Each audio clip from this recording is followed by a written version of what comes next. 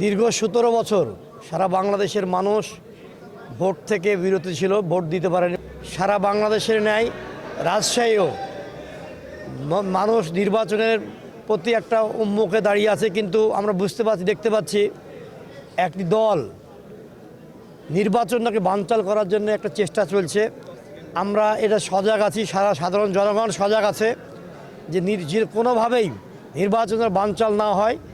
রাজশাহীর মানুষ, রাজশাহীর মাটি বিএনপির ঘাঁটি, এখানে যে ৬টা সিট আছে, আমরা মনে করি এখানে আমাদের যে প্রতিদ্বন্দ্বী প্রার্থী আছে তারা ওই 15% ভোট নিয়ে আমাদের সাথে লড়ার চেষ্টা করছে, কিন্তু ওরা আসলে কিন্তু ভোট না, ওরা ভোটটাকে বানচাল করার চেষ্টা করছে। আমরা মাঠে যখন ভোট শুরু হলে ওনারা আমার প্রতিদ্বন্দ্বিতা আসতে পারবে না, এই জন্যই বিভিন্ন রকম ষড়যন্ত্র করছে বলে আমরা মনে করছি।